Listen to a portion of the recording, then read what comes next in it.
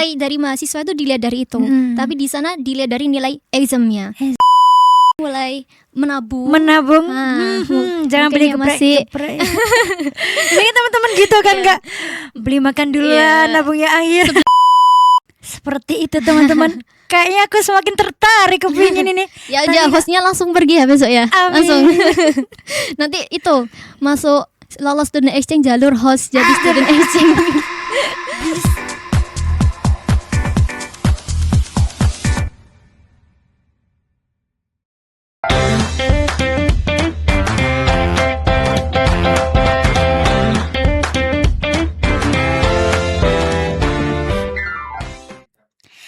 Assalamualaikum warahmatullahi wabarakatuh.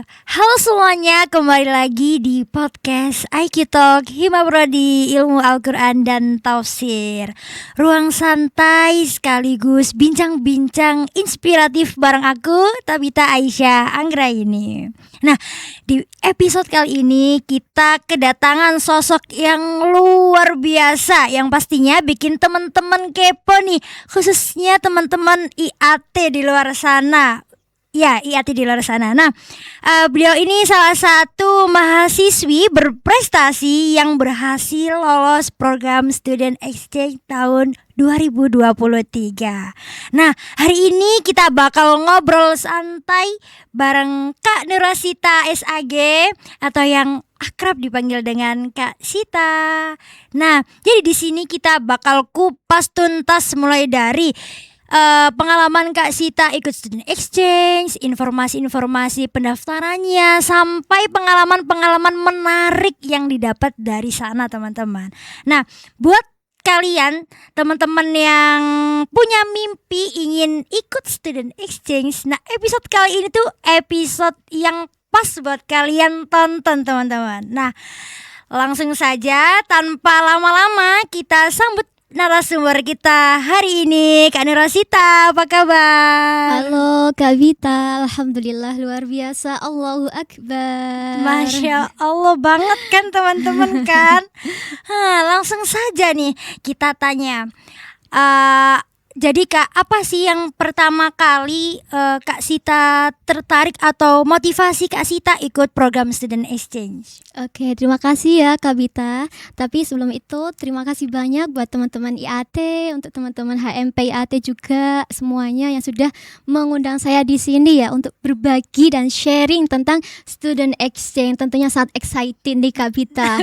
Tahu nggak sih, ini adalah momen yang saya tunggu-tunggu dari dulu karena saya bisa langsung sharing nih tentang student exchange dan pengalaman yang sangat luar biasa di sana kepada adik-adik IAT dan penonton IQ Talk semuanya. Seperti itu.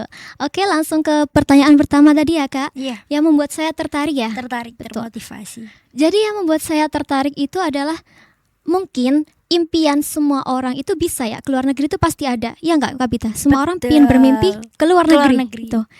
Tapi untuk yang bermimpi keluar negeri dengan jalur akademik itu sangat jarang ya. Nggak semua fakultas itu ada, nggak semua universitas itu ada gitu. Ya mungkin banyak ya, kita itu ada target pribadi, sukalah traveling ke luar negeri, jalan-jalan ke luar negeri ya gitu kan.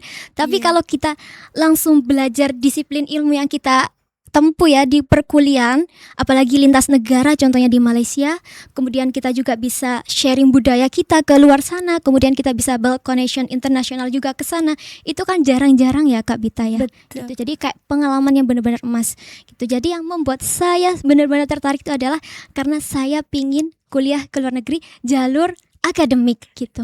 Tapi sebelumnya emang sebelum kuliah sudah anceng-anceng nih Kak, emang suka ya, berharap ada student exchange gitu, ada studian di luar negeri gitu. Tapi alhamdulillahnya ternyata di program Fakultas Usuluddin Filsafat ini bisa ada student exchange gitu.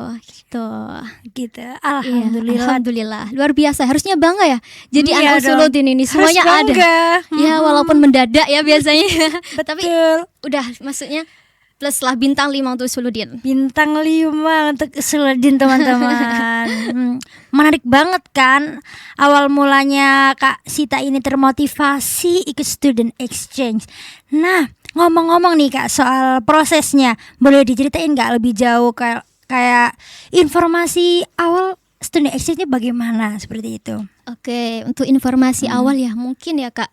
Dulu itu karena memang Usuluddin itu kurang informan perihal informasi gitu. Jadi banyak sekali info-info yang sebenarnya sangat penting itu tertimbun, terutama kayak di program di WA misalnya ada tertimbun organisasi, tertimbun ada program-program yang lain gitu kan, ada event-event gitu.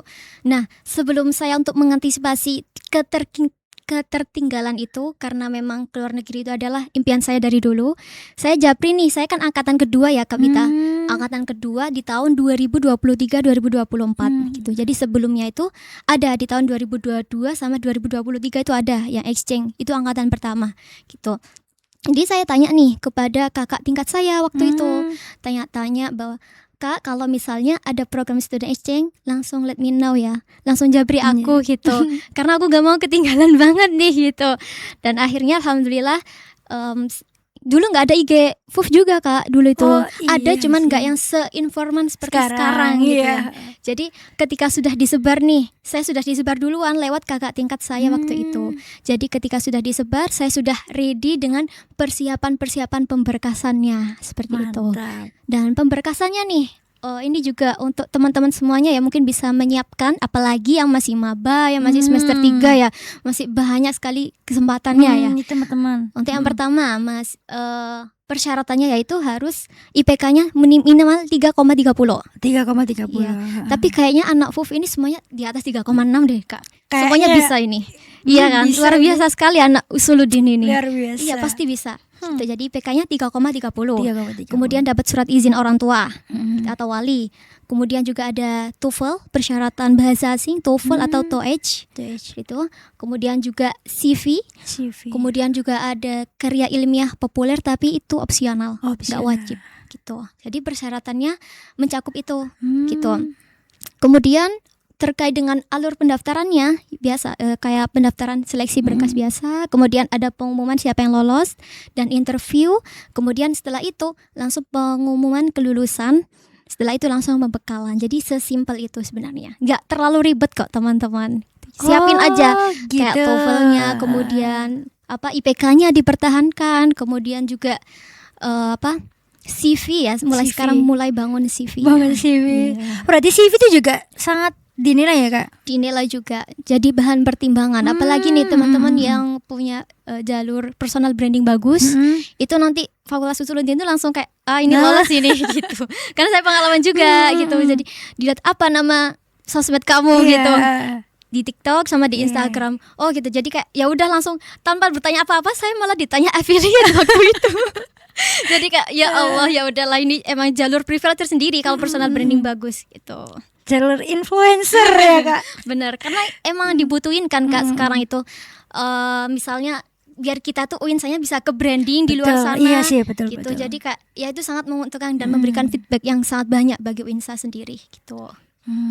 Kan teman-teman siapa nih nggak tertarik kan, apalagi ya seperti mahasiswa seperti kita ya sangat tertarik ikut program-program ke luar negeri kan, siapa yang nggak pingin kan. Jadi kayak gitu teman-teman, proses dari informasi, seleksi sampai persyaratannya gitu teman-teman. Nah selain itu aku penasaran juga Kak, kira-kira di sana tuh fasilitasnya gimana sih? Apa sama kayak di sini atau gimana? Apa lebih wow? Apa lebih gimana gitu? Oke. Itu fasilitas di UKM apa fasilitas yang diberikan oleh Usuluddin? Fasilitas yang didapatkan dari Usuluddin. Oke. Untuk yang didapatkan di Usuluddin nih teman-teman, di sini emang berupa partial funded ya, bukan yang fully funded. Nah kalau fully funded itu kan tercover semuanya gitu kan ya.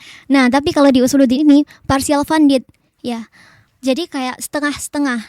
Yang dapat itu benefitnya visa sama tiket pulang pergi gitu. Jadi mungkin berbeda ya dengan International Office UINSA yang mungkin mengadakan karena mobility ya mungkin Kak Bita ya yang cuma 2 minggu atau 10 hari. Nah kalau exchange kan 4 bulan sampai 5 bulan gitu ya kan. Mantap banget, kita sampai bosen di sana tapi gak mau pulang sebenarnya. Jadi ya udah gitu. Banyak juga kan gak mungkin ya kan. 9 anak dibiayain hidupnya juga di sana gitu. Jadi yang di visa aja itu sudah habis 2 juta waktu itu. 2 juta lebih, 2.300.000 kalau nggak salah. Itu satu orang gitu. Ya, jadi udah lumayan banyak. Terus kita juga maskapainya memakai Malaysia Airlines. Jadi itu kita udah dapat bagasi yang bagus, bagasi yang banyak, kemudian sama dapat makan juga. Jadi dari pihak fakultas waktu itu menyediakan yang emang bagus gitu, dari Malaysianya langsung, bukan yang Air Asia waktu itu, bukan yang Superjet, bukan, tapi yang Malaysianya langsung Airlines. Gitu. Jadi ya untuk benefit visa sama tiket pulang pergi seperti itu teman-teman. Tapi teman-teman gak usah khawatir ya, walaupun gak banyak ya untuk mengeluarkan biaya hidup di sana, ya lumayan, gak terlalu mahal juga. Tapi teman-teman harus melihat dari sisi akademiknya, sisi positifnya gitu. Karena mungkin uang bisa dicari, biaya bisa dicari, tapi pengalaman, relasi, kemudian apalagi studi dengan bidang akademik yang kita tekuni itu gak enaknya, supaya pasti kayak wah luar biasa, kayak better ikut itu gitu. Overall emang benar-benar worth it sekali, walaupun cuman partial funded. Seperti itu teman-teman. Kayaknya aku semakin tertarik kepingin ini. Ya udah, hostnya langsung pergi ya besok ya. Amin. Langsung. Nanti masuk lolos student exchange, jalur host jadi student exchange. bisa teman-teman. Oke. Nah, sekarang kita udah tahu nih fasilitas fakultas yang diberikan ke mahasiswa student exchange. Nah, sekarang aku mau tanya nih, waktu kakak sudah sampai di sana nih, sistem pembelajaran sama kurikulumnya tuh sama apa beda sih sama kayak di sini ya, di sini kak? Oke, sistem pembelajaran dulu ya. Sistem pembelajaran itu kita waktu mau daftar nih ngisi application form atau biasa disebut borang. Nah, borang itu kayak isinya identitas kita, kemudian ada fakultas yang kita pilih, kemudian ada prodi, kemudian ada juga course atau mata kuliah yang kita pilih. Nah, untuk pemilihan mata kuliah nih Kak Bita, kita memilih mata kuliah yang saat itu tersedia di UKM, University Kebangsaan Malaysia situ. Gitu. Kalau misalnya kita ikut tahun ketiga semester ganjil, ya udah berarti kita cross check nih. Kita diberi buku panduan Kak, terkait dengan macam-macam prodinya di sana. Fakulti Pengajian Islam itu. Kalau di sini kan Usuluddin dan Filsafat. Kalau di sana Fakulti Pengajian Islam. Jadi ada beberapa matkul. Nanti kita pilih yang emang sesuai dengan semester kita, gitu. Kita sendiri yang pilih, gitu. Sebanyak kira-kira maksimal 20 SKS, gitu. 20 SKS. Credit hours, gitu. Jadi milih terserah yang sekiranya tersedia juga di UKM gitu. Jadi ada beberapa matkul yang mungkin kita pilih tapi nggak tersedia di waktu itu. Jadi kita juga perlu melakukan cross check sama pihak sananya lewat email seperti itu. Jadi sama kalau masalah fakultas sama semuanya di Fakulti Pengajian Islam, tapi untuk course-nya tuh berbeda-beda. Terus prodinya juga beda-beda, ada yang Quran Sunnah, ada yang Sufisme dan psikoterapi, kemudian ada juga teologi dan filosofi, itu beda-beda. Prodinya beda-beda, matkulnya beda-beda, tapi tetap satu fakultas gitu. Terus terkait dengan sistem pembelajarannya, itu ada dua kelas Kak, ada kelas biasa sama kelas tutorial. Kelas biasa ini kita benar-benar 2 jam dengerin dosen Kak. 2 jam dengerin dosen. Nggak kayak di Indonesia. Kalau di Indonesia kan kita kayak ngerasa wah gitu, bosan banget kan. Pasti mahasiswa yang banyak bertanya, banyak yapping gitu kan. Tapi di sana benar-benar mendengarkan dosen itu dicatat sampai berlembar-lembar gitu. Karena emang examnya muncul itu dari kertas itu, benar-benar kayak letterlek itu gitu. Jadi 2 jam mendengarkan, baru nanti di terakhir itu ada kelas tutorial atau kelas pembentangan. Itu kayak presentasi biasa gitu di sini. Itu bareng-bareng Kak. Jadi kayak tapi nggak ada yang seaktif mahasiswa Indonesia, nggak seagresif pertanyaannya. Iya. Jadi ya udah, mereka kuliah tuh duduk dengerin dosen, kemudian nanti terakhir tinggal ada kelas presentasi, gitu aja sebenarnya. Nggak serumit di Indonesia. Benar. Kayak gitu. Oh gitu perbedaannya teman-teman. Kalau di Indonesia kan kita kan banyak bertanya, benar, iya. Kritisi pertanyaan lah kayak gitu. Harus ada pro dan kontra gitu kan. Nilai dari mahasiswa itu dilihat dari itu. Tapi di sana dilihat dari nilai examnya, ujiannya. Gitu teman-teman ya, bedanya di Malaysia ya Kak ya. Iya, bedanya di Indonesia sama di Malaysia seperti itu teman-teman. Nah gini, mau tanya lagi Kak. Tantangan apa sih yang ada di sana buat pas kakak belajar atau apanya gitu? challenging-nya ya. Betul. Yang pertama pasti ada culture shock ya Kak ya. Betul. Jangankan kita masih di berbeda kota gitu ya sama orang tua, itu pasti kan culture shock. Betul, apalagi banget. di luar negeri nih ya Iya kan. sih. Itu kita pasti kayak ngerasa ini gimana caranya. Terus kadang mau interaksi langsung sama masyarakat lokal tuh kayak masih kaku memakai bahasa Malaysia, masih malu-malu gitu. Awal-awal seperti itu gitu. Tapi kuncinya cara mengatasinya itu dengan cara ya kita harus mendekatkan chemistry kepada mereka. Karena kalau sudah dekat sama mereka itu biasanya bakal ditolong gitu. Dalam keadaan apa ditolong, kemudian dibantuin gitu. Nah itu, dan alhamdulillahnya warga-warga di sana termasuk mahasiswa, dosen semuanya itu welcoming semuanya welcome. Semuanya. Jadi ya udah kita culture shocknya gak lama karena mereka sendiri tahu dan paham sama keadaan kita gitu. Terus yang paling challenging lagi nih Kak, di examnya tahu nggak sih? Kalau di sini examnya gimana biasanya kalau ujian UAS-nya? Macam-macam, ada yang lisan, ada yang tulis, ada yang cuma ngirimin di link Google Form gitu ya. Oke. Gitu. Kalau di sana itu Kak ada beberapa tempat ujian sendiri dan itu isinya itu mahasiswa student internasional semuanya dalam satu tempat seperti mini studian gitu. Nah itu jarak bangkunya tuh jauh-jauh. Kemudian arah bangkunya tuh diarahkan ke satu pintu paling utama. Kita 15 menit itu harus sudah tiba di sana Kak. Harus sudah tiba sebelum ujian. Jadi teman-teman itu kalau misalnya telat atau habis dari luar bentar, itu malunya minta ampun. Soalnya karena memang dari iya, itu benar-benar kayak sudah ada pengumuman kayak misalnya kurang berapa menitnya, udah kayak terkontrol banget. Di sana tuh ujian tuh kayak benar-benar gak bisa nyontoh. Kadang pinjam stip aja, jangan kan pinjam stip teman depan kita atau samping kita tuh nggak bisa Kak. Itu kelihatan banget gerak-gerik kita gitu.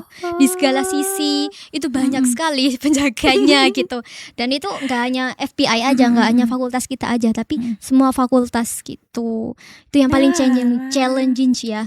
Iya. Soalnya juga gini, kalau kita kan mungkin metodenya sudah sangat jarang ya. Kalau ujian seperti itu metodenya. Nah di sana mahasiswa Indonesia sudah nggak terbiasa, itu kayak sering kalang kabut. Ini catatannya mulai dari mana, ngafalinnya dari mana gitu. Bener-bener kayak ujian SMA, SMP yang emang tulis nggak bisa ngapa-ngapain gitu. Jadi kayak kita tuh emang benar-benar harus pinter tanya kisi-kisi apa, UAS-nya itu apa gitu ke anak-anak ke mahasiswanya gitu. Kadang dikasih sama teman-teman tanpa kita meminta tuh tahu karena posisi kita gitu. Itu yang paling challenge. Jadi kayak udah examnya sangat seperti hantu gitu mereka tuh anggapnya. Tapi di sana rajin-rajin loh Kak, kayak anak-anaknya itu sebelum ujian semuanya pada buka buku gitu. Sebelum masuk di ruangan tuh sudah seperti itu. Nggak kayak di Indonesia mungkin dianggap rajin ya, terlalu rajin, tapi di sana semuanya seperti itu. Semuanya karena semenyeramkan itu ujiannya. Gitu bedanya mahasiswa Indonesia sama mahasiswa Malaysia ya kayak. Ya, termasuk ujiannya itu. Lumayan ya. Examnya. Lumayan deg-deg kalau ujian nih pastinya. Nah, sebagai penutup ya Kak ya, boleh dong Kak kasih tips buat teman-teman yang mahasiswa yang punya impian buat ikut program student exchange, boleh Kak? Oke, untuk tipsnya nih ya Kak, mungkin tipsnya. karena ini adalah bersifat partial funded ya, mungkin jadi kayak nggak sesusah yang fully funded. Cuman teman-teman perlu mempersiapkan yang pertama itu adalah IPK. Ya, pertahankan IPK-nya. Kalau sudah bagus, dipertahankan. Tahu lebih bagus lagi ya dari 3,30 itu tadi persyaratan ya. Kemungkinan tapi nggak tahu lagi ya Kak kalau nanti berubah ya. Iya. 3,9 itu. Kemudian yang kedua itu mempersiapkan bahasa asing, terutama bahasa Inggris ya. Ya walaupun kita di sana itu serumpun masih Melayu, bahkan orang-orang Melayu, tapi tidak menuntut pungkiri juga waktu kumpul sama student internasional tuh bahasa Inggris sangat diperlukan gitu. Terus juga itu kunci ketika teman-teman misalnya agak ada tersesatnya, ada bingungnya gitu. Kalau nggak bisa bahasa Inggris tuh kadang susah juga gitu kan. Jadi sebisa mungkin mulai sekarang latihan vocabulary, memperbanyak vocabulary, entah itu dari mendengarkan musik, kemudian belajar di ChatGPT sekarang bisa kan ya pakai fitur itu gratis ya. Latihan speaking, kemudian juga memperbanyak vocabulary dari film atau buku novel yang berbahasa Inggris seperti itu. Persiapan TOEFL juga terutama. Kemudian yang terakhir yang paling penting nih Kak, finansial. Iya betul sih, betul banget teman-teman. Karena Emang karena ini partial funded ya. Jadi ya saya terus terang aja gitu. Di sana ya nggak terlalu mahal sih, cuman teman-teman pasti ya harus nabung gitu, karena biaya hidup juga ditanggung pribadi gitu. Ya. Karena percuma kita punya impian yang tinggi tapi kadang nggak ada, cuman kan juga nggak bisa gitu kan. Jadi teman-teman sekarang ya mulai menabung. Jangan beli geprek. Mungkin teman-teman gitu kan nggak beli makan dulu ya, nabungnya akhir. Sebelahnya dikurangin dulu. Sebelahnya dikurangin dulu teman-teman. Itu jadi kayak ya udah persiapin finansial gitu. Jangan terlalu boros, suka menabung karena memang semuanya itu butuh yang namanya duit semuanya itu. Karena tapi yang perlu digarisbawahi itu adalah biaya atau uang itu bisa dicari, tapi pengalaman, relasi dan belajar akademik itu tidak akan datang 2 kali gitu. Oke. Kita sudah di penghujung kayaknya Kak, boleh kasih closing statement? Oke. Langsung ya ini ya? Iya, langsung aja. Oke, teman-teman, pada akhirnya belajar di luar negeri maupun di dalam negeri itu bukan perihal tempatnya, tetapi perihal bagaimana kita bisa menginvestasikan waktu, tenaga, dan pikiran kita terhadap Allah yang sudah amanahkan, terhadap yang sudah Allah amanahkan gitu. Seperti katanya Stephen Covey bahwa kunci kesuksesan seseorang itu bukan perihal tentang bagaimana dia menghabiskan waktu, tetapi kunci kesuksesan itu tergantung bagaimana dia bisa menginvestasikan waktu secara tepat gitu.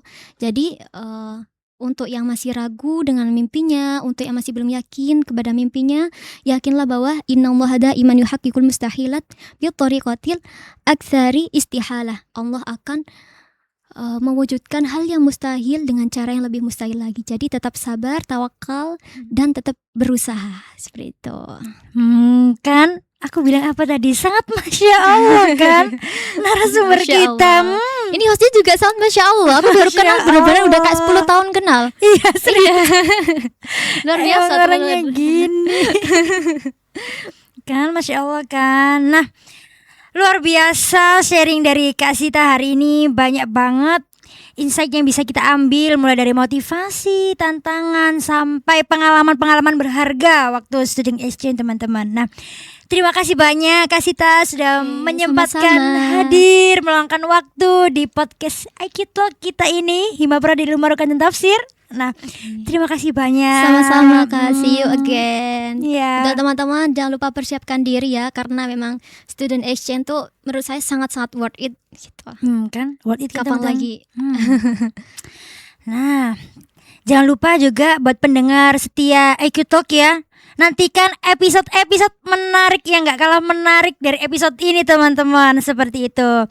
Nah, nanti kita akan undang narasumber-narasumber yang inspiratif lagi kayak Kak Sita dan lain-lain sebagainya. Nah, dari aku Tabita Aisyanggra ini pamit undur diri. Sampai jumpa di episode selanjutnya. Wassalamualaikum warahmatullahi wabarakatuh. Waalaikumsalam warahmatullahi wabarakatuh.